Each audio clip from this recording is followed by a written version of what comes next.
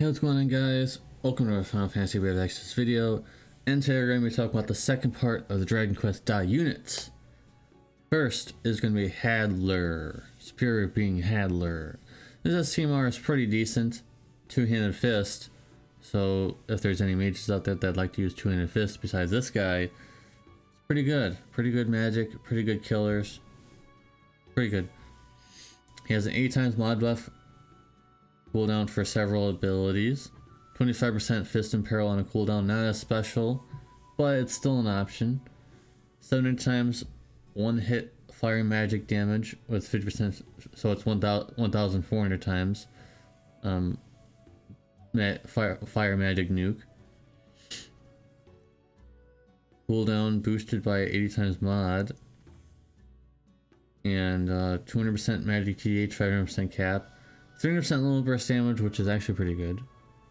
But yeah, 200% human killer, stone killer, fairy killer, demon killer.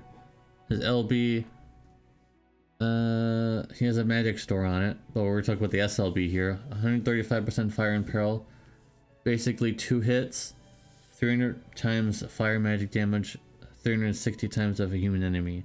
So, well, that sounds pretty cool to you guys. I guess it's up to you, but so Chainmaster is locked behind EX2, but it's not as big of a deal in global because we have a few things. But I guess like if you have all 3 Clash of Wills items, that so you have 3 Chain Mastery items, I guess, and he's just honestly just TMR fodder for Baran at best. He's really not that special besides because he's just a fire DPS. We have several of those. So I'm gonna go 7.5. Just nothing really that special. If you get him in your pulls for Baran, then your Baran's gonna be a lot better because his TMR will help him out a lot.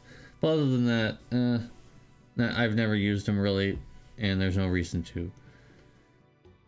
So we have Immortal Hyunckel, and I keep seeing all these comments saying that he has a 11% HP thing where he gets mod buffs or something, and I looked all over the wiki, I looked all in game on the JP version, and I didn't see anything in regards to this 11% thing that he has.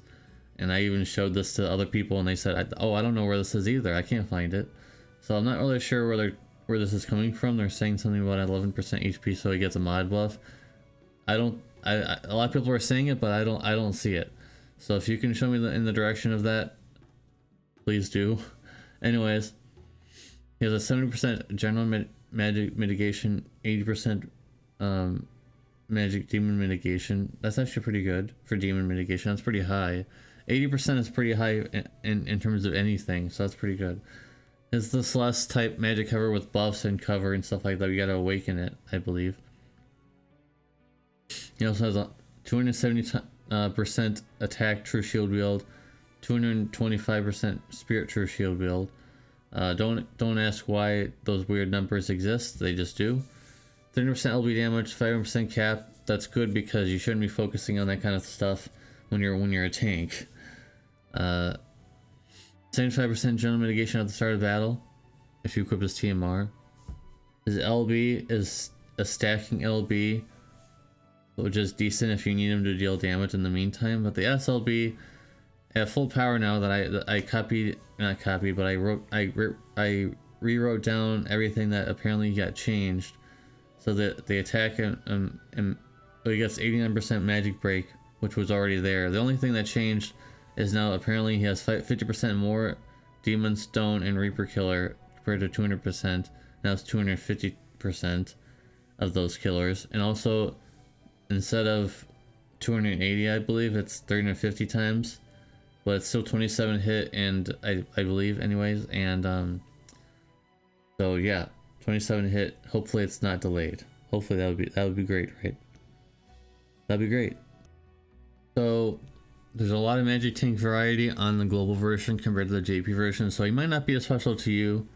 You might have Chow, you might have Maeve, you might have a lot of other magic options, tank options, and the SLB could still be delayed or wonky in terms of chaining.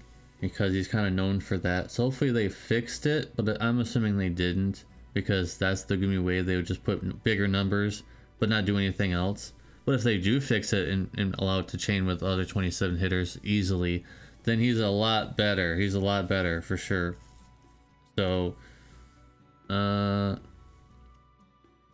think I'm gonna go 8.5 because his buffs are a lot better now. His 350 times LB damage SLB. And yes, it's light physical, but it's a lot better now. So I'm gonna go 8.5 for him. He's still a really good tank too. I use him all the time. So there's that. Alright. Oh, and SS Teamer is very good for him as well, by the way. And we have Baran, who is the main attraction here. Very good S-Teamer. I think it's worth getting at least more than one copy because of the killers on it. And it's a two-handed sword. It has pretty good attack and magic on it, so I mean it's not just a magic sword. So there's that. Both sides, 400% magic TDH, very good. 300% TDH, doesn't care that much about it, only for his base form really. 500% cap, 350% low burst damage, 200% fairy, beast, human, stone, dragon, and demon killer. That's quite a lot, isn't it? 180% human killer buff. In the base form, 100 times mod cooldown for his base LB. And you might be saying, wow, that's crazy. That's a crazy mod. Hold your horses. We'll be talking about why it's so crazy in a minute.